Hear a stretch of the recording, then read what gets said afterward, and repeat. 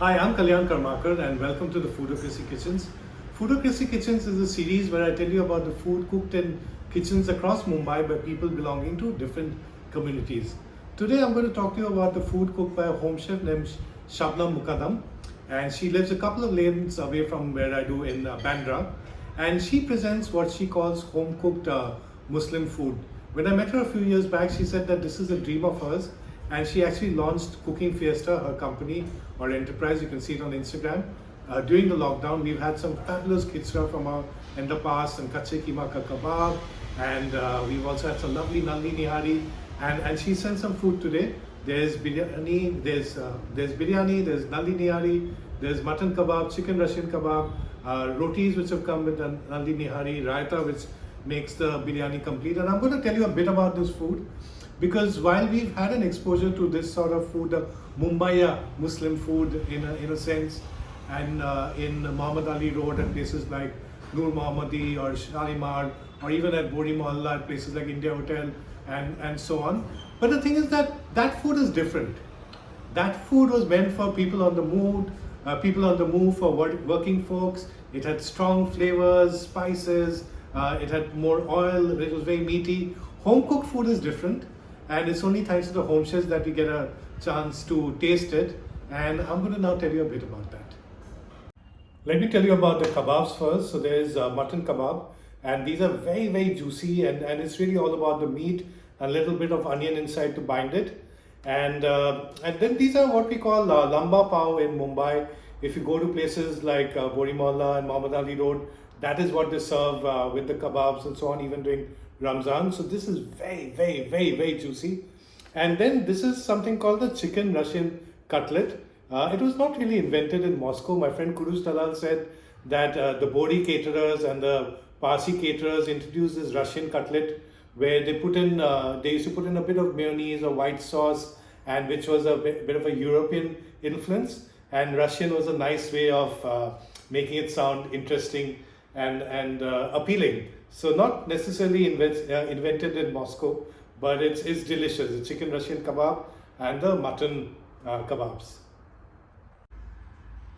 Here's the mutton nihari, and we've had this a couple of times before from Shabnam, and it's fabulous. It's a treasure. Like when I open it, the aromas take me even more than South Mumbai to places like Old Delhi and Kaldu Nihari or Javed's at Jamia, where I've had some fabulous, fabulous nihari.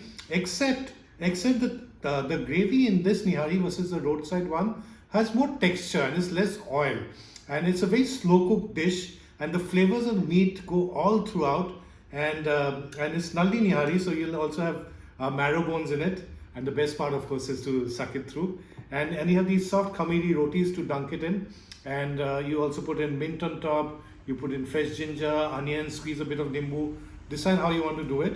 And here's an interesting fact, that the nihari is actually meant to be a breakfast dish. In fact, in Lucknow, I was introduced to the concept of nahar muh when I went to a place called Rahim's for the biryani. So for the nihari, and even in Calcutta. And this is what Shabnam calls the home-styled biryani. And here's the fact that, whenever I've had biryani in Mumbai made either by someone at home or by local caterers, I've always enjoyed it a bit more than what's made in the restaurants, because the restaurant biryanis tend to have more oil and more masala. And I come from Kolkata, where the biryani is more the Awadhi influenced style with less masala. So I always like the home style one more. And this is Shabnam's. It's got very tender meat. But here's an interesting thing. Whenever we think of biryani and aloo, we think it's a very Calcutta thing. But you know what? It's not only just my original hometown of Kolkata where the biryani has aloo, but even my adopted hometown of Mumbai. I mean, that's really amazing, isn't it? So what would happen is that it's slightly different. In Kolkata, often the aloo is the center of the biryani, and it soaks in all the flavors and the big pieces, and we enjoy the aloo as much as we enjoy the meat or the egg if it's a special biryani. In Mumbai, the aloo pieces are smaller, and basically they would be kept towards the base of the handi in which the biryani would be made, the big vessel. And the idea was that so that the meat and the rice wouldn't get burnt, and that way it would also take in the flavors, and there's a nice char to it and stuff. So Shabnam's biryani has some aloo as well, and I'm gonna put my claim on all of them which are there in this biryani. So, I mean, what could be more perfect than biryani with aloo in it, but biryani with very tender meat, and which this has.